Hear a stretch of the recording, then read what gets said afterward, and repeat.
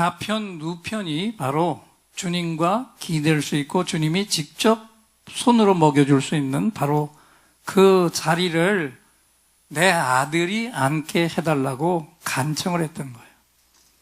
그렇다면 복음서 최후의 만찬의 이야기를 토대로 이 그림을 우리는 분명하게 누가 몇 번에 앉았다, 적어도 1, 2, 3번은 누구라 앉았을 것을 우리가 알게 되었습니다. 자, 그래서 결국 이 이야기는 뭘 얘기냐면 예수님은 가룟 유다가 예수님을 팔려고 계획하고 그 잔치 자리에, 6월절 잔치 자리에 들어왔을 그때부터 가룟 유다의 가슴에 머리를 기대기도 하시면서, 중요한 것은 그날 그 시간 가룟 유다의 심장에서 가슴에서 뛰고 있는 심장의 박동수까지 예수님은 알고 계셨던 거예요. 그래서 아무리 감추고 있지만 콩닥콩닥 가슴이 뛰고 있는 제자 유다가 알아듣도록 다른 제자들과 함께 이 가운데 나를 팔 자가 있다. 인자는 자기에게 대하여 기록된 대로 가지만 인자를 파는 그 사람에게는 화가 있으리로다. 그 사람은 차라리 나지 아니었다면 제게 좋을 뻔하였느니라. 이렇게 수차례 경고를 하시면서 그 계획을 포기하도록 경고와 함께 권고를 하셨습니다. 그런데도 유다는 회개의 자리에 서지 못했고 결국 사랑하는 스승을 은 30냥에 팔아버리는 인류 최악의 범죄자가 되고 만 것입니다.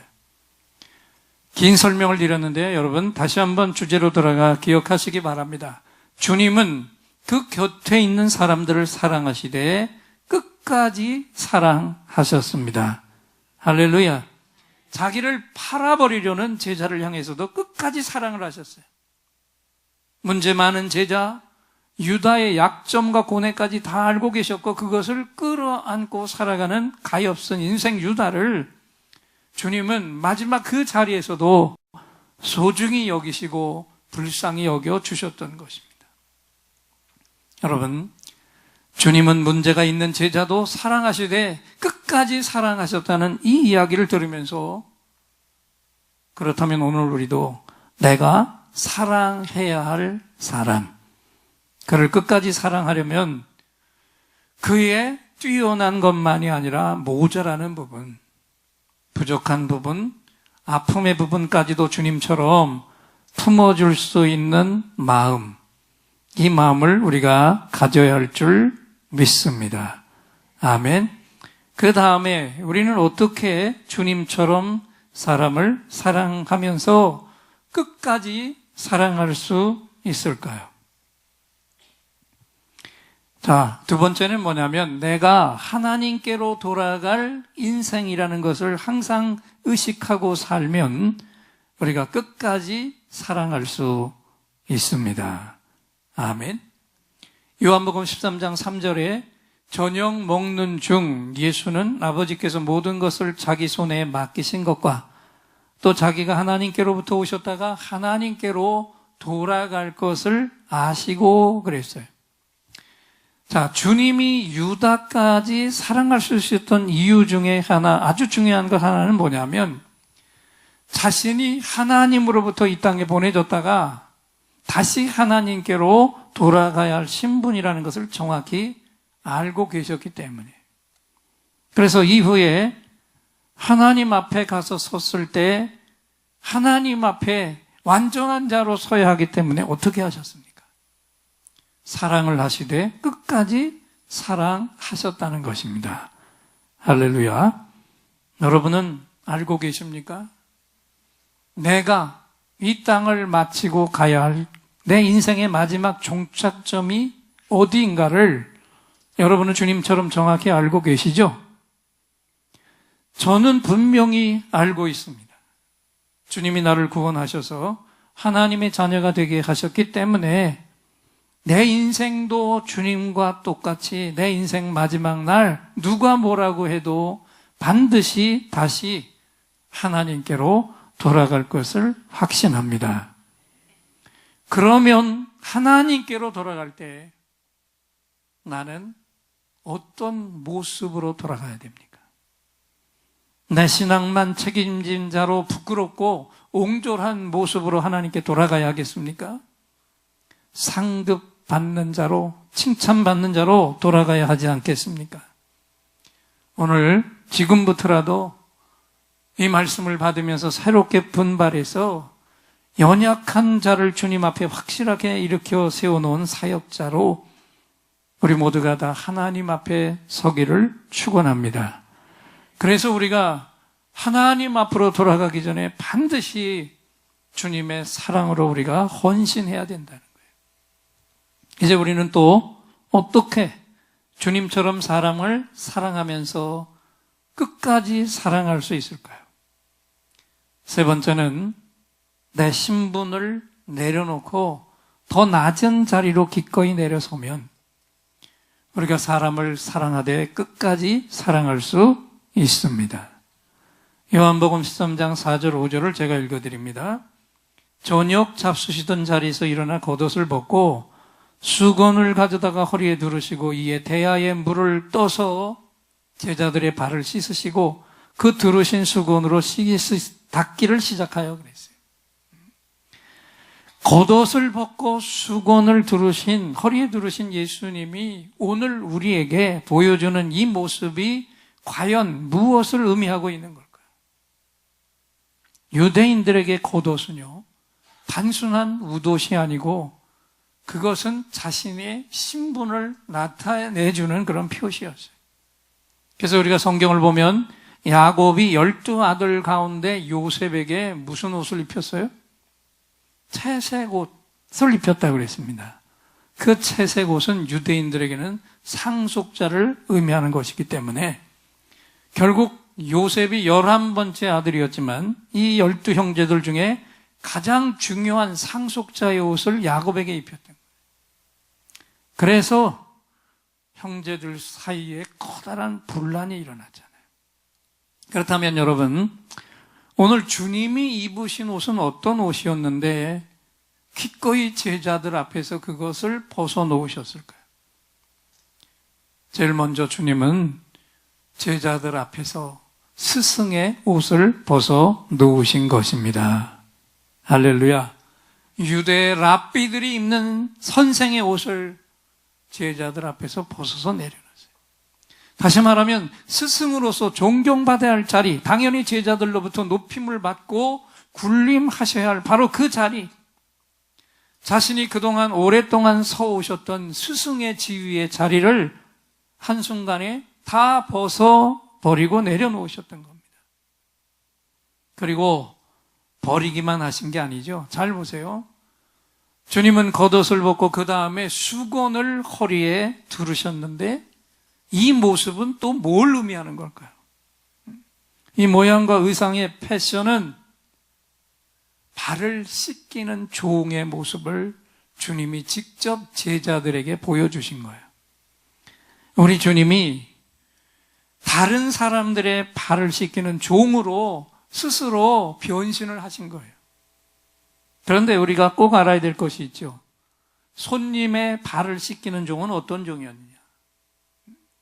그 집안의 종들 중에서도 높은 지위의 종은 절대로 하지 않는 종들 가운데서도 가장 낮은 종이 하는 일이었어요. 그래서 여기서 아주 중요한 메시지가 나타나지 않습니까? 예수님은 제자들 앞에서 한 가지 중요한 일을 직접 행하며 보여주셨는데 스승의 자리에서 일어나 종들 가운데서도 가장 낮은 발 씻기는 종의 자리까지 기꺼이 자신을 낮춰주신 것을 제자들에게 두 눈으로 똑똑히 목도하게 하신 겁니다. 여러분 잘 들으세요. 주님은 스승의 자리에서 일어나 제자의 자리로 내려오신 게 아닙니다. 주인의 자리에서 일어나 집사의 자리로 내려오신 게 아닙니다. 또 주인의 자리에서 일어나 중간쯤 높은 종의 자리로 내려오신 게 아닙니다. 종들 중에서도 가장 낮고 천박한 종의 자리로 주님이 스스로 자신을 낮추고 기꺼이 그 자리까지 자신을 내려놓으신 거예요. 그리고 이것을 직접 제자들 앞에서 주님이 행하신 이유를 14절, 15절에서는 이렇게 말씀하고 있죠. 우리가 너무 잘 아는 말씀인데, 내가 주와 또는 선생이 되어 너희 발을 씻겼으니 너희도 서로 발을 씻기는 것이 옳으니라. 내가 너희에게 행한 것 같이 너희도 행하게 하려 하여 본을 보였노라. 그랬어요. 내가 이렇게 너희들의 눈앞에서 직접 행한 이유가 있다. 너희가 내 제자라면 너희도 나처럼 다른 사람 위에 군림하는 자리가 아니라 언제나 종 가운데서도 가장 낮은 종의 자리로 너희들은 내려 앉아야 한다.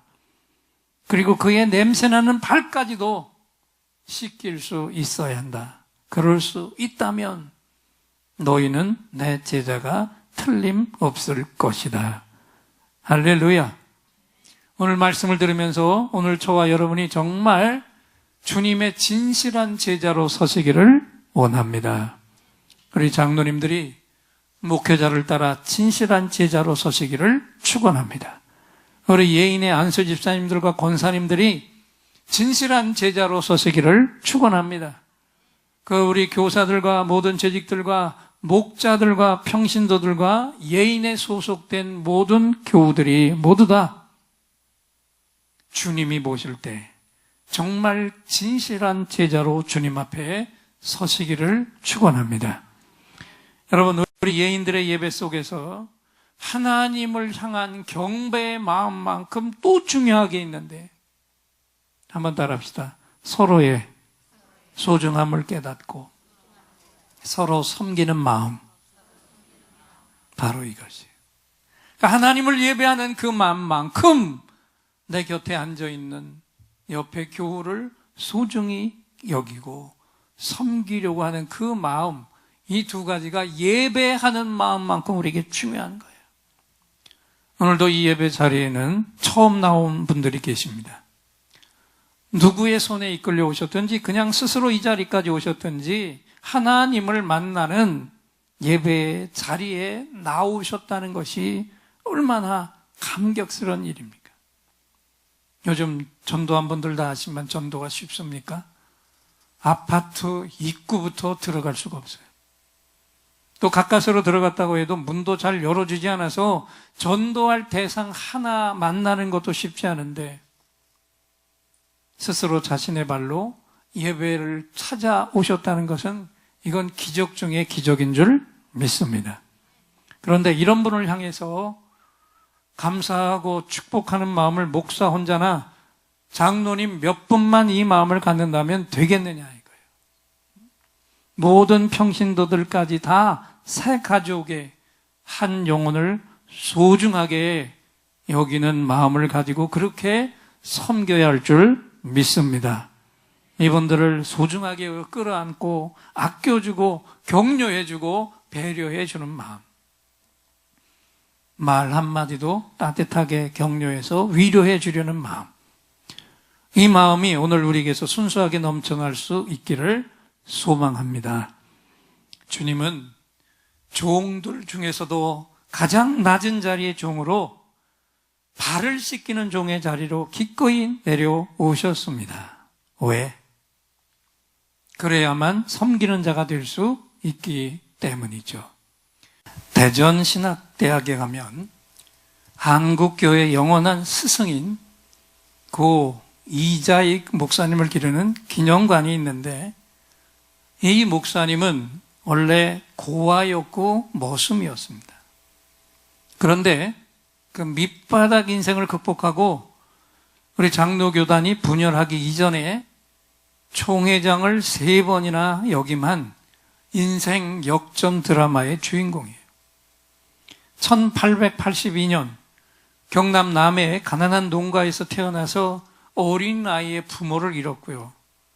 친척집을 떠돌며 행상으로 근근히 살아가던 떠돌이 소년이 김제 땅의 대지주인 조덕삼이라고 하는 바로 이분을 만난 게 17살이 되던 때입니다.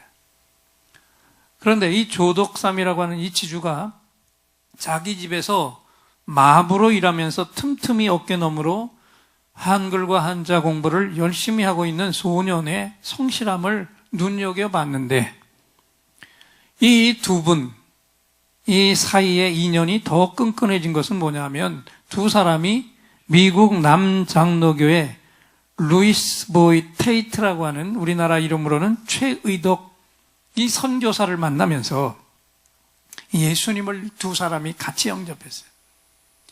미륵 불교의 본산이면서 증산교의 발원지인 모악산 기슬 김제 금산 마을에서 1905년 10월 11일에 집 주인하고 그 집의 머슴 마부가 같은 날 세례를 받은 거예요.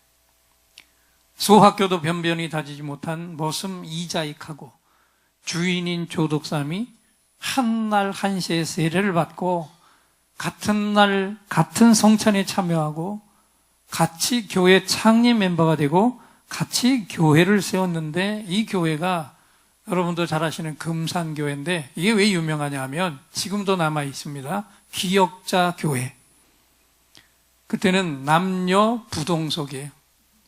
7세 이상 부동석이다 보니까 목사님은 가운데 서서 양쪽을 다 보는데 이쪽에 있는 남자는 저쪽 여자를 못 보도록 이렇게 기역자로 꺾어서 세운 그 교회를 건축했어요. 그리고 두 사람이 함께 교회의 요즘으로 말하면 집사의 직분이 영수인데 두 사람이 같이 영수로 임명됐고 교회를 건축하고 난 다음에 1909년에 그 교회 장로를 선출하게 됐는데 모든 사람들은 당연히 그 마을의 지주며 그 주인인 조덕삼 이 영수가 먼저 장로가 될 줄 알았죠.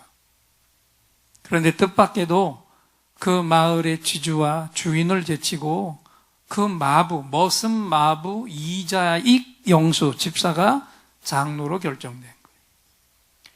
양반 상놈의 신분이 철저했던 시대에 충격적인 사건이 아닐 수 없었어요. 그 투표가 발표되면서 여기저기서 술렁거렸는데 이때 이 조덕삼 영수가 그 자리에서 발언권을 얻고 교인들에게 이렇게 인사를 했습니다. 이 결정은 하나님이 내리신 결정입니다. 우리 금산교회 교인들은 참으로 훌륭한 일을 해냈습니다.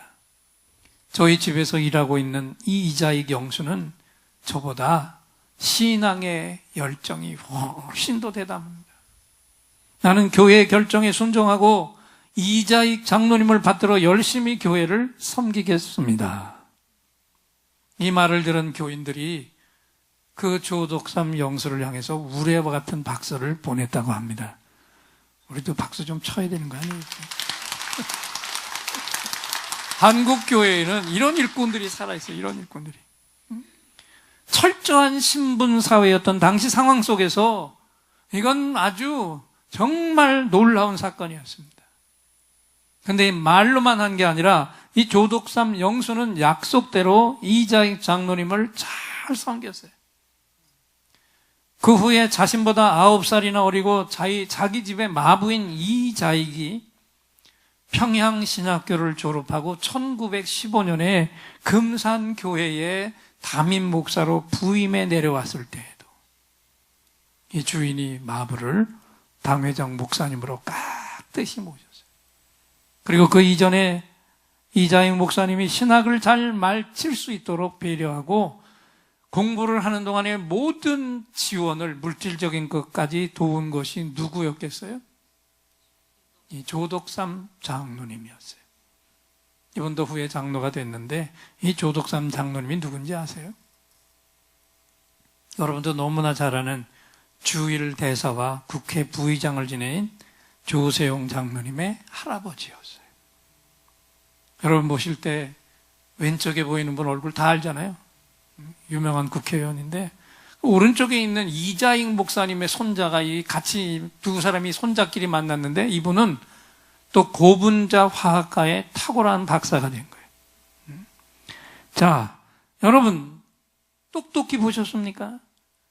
주님이 보이신 섬김을 그대로 행한 일꾼들은 그 후손까지도 땅에서 잘 되는 축복을 하나님께로부터 풍성히 받았습니다. 말씀을 마무리합니다.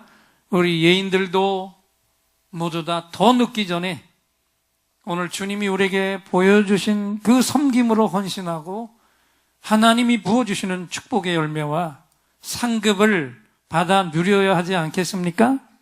아멘이십니까?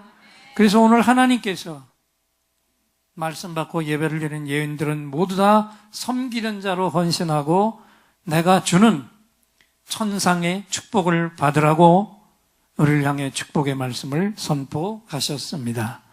오늘 축복의 말씀을 주신 하나님께 예인들의 감사합니다. 할렐루야 박수로 화답하겠습니다. 감사합니다.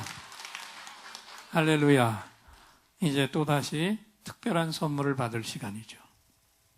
오늘 이 자리에 나오실 때 긴급히 응답받을 간절한 기도의 제목을 가지고 나온 분들과 깊은 상처의 치유가 필요한 분들은 두 손을 가슴에 얹어주시고, 몸에 질병이 있는 분은 그 질병이 있는 부분에 손을 얹어주세요. 제가 여러분의 응답과 치유를 위해 하나님을 향해 간절한 찬양을 올려드리고 하나님이 주시는 응답을 확신의 찬양으로 선포할 때 최고의 치유, 최고의 응답이 선물로 부어질 것입니다. 믿음의 손을 얹으시기 바랍니다.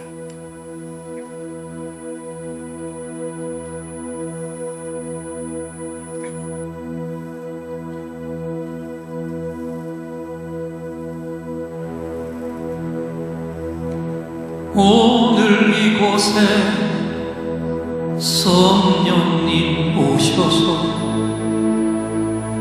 우리의 상처, 우리의 질병을 주여 우리의 영혼을 만지사 생명처럼 뛰게 하옵소서. 여기 이 시간 치유의 찬송을 마음의 귀로 영혼의 눈으로 오직 주님을 찾는 이 가슴에 영원하신 분을 만나리라. 아픈 사람들 여기에 있어요. 이 노래 듣고 소망을 가져요. 주여 불쌍히 여기여 주시사 치유의 힘 받게 하옵소서.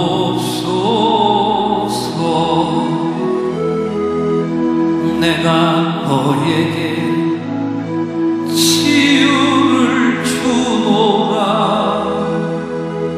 세상이 빼앗을 수 없는 치유를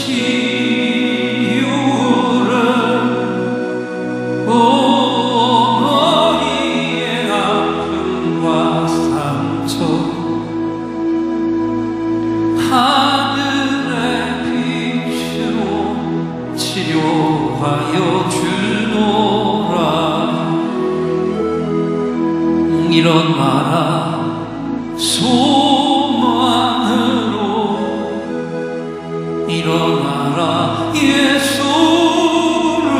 믿음으로 너의 믿음대로 되는 나라에서 하늘의 문이 열려 모든 병이 사라지네. 하늘의 문이 열려 모든 문제 응답되네. 예수 안에서 치료하소서. 예수 안에서 응답하소서. 예수 안에서 살게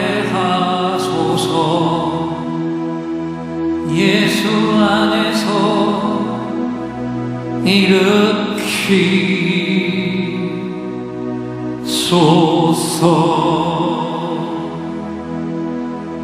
예수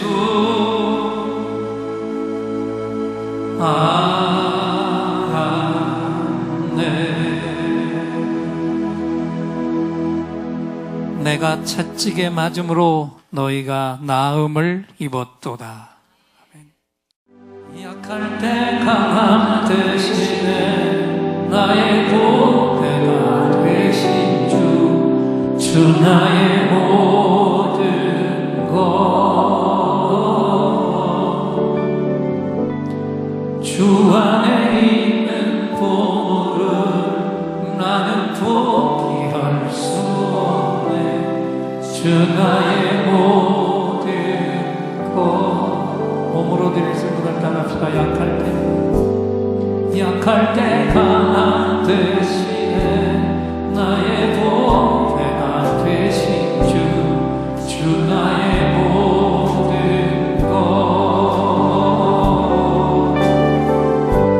주 안에 있는 보물을 나는 포기할 수 없네. 주 나의 모든 것. 십자가 죄사하셨네. 십자가 죄사하셨네. 주님의 이름 찬양해. 주 나의 모든 것. 쓰러진 날 세우고 나의 비전을 세우네. 주 나의 모든. 2층 소리죠. 예수 어린 양 존귀한 이름. 예수 어린 양 존귀한 이름. 예수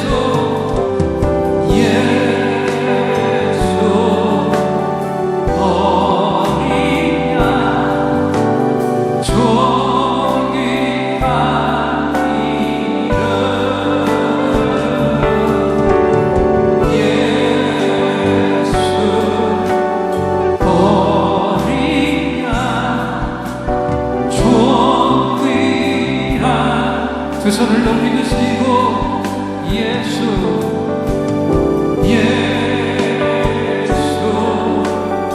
어린 양 존귀한 이름. 예수 어린 양 존귀한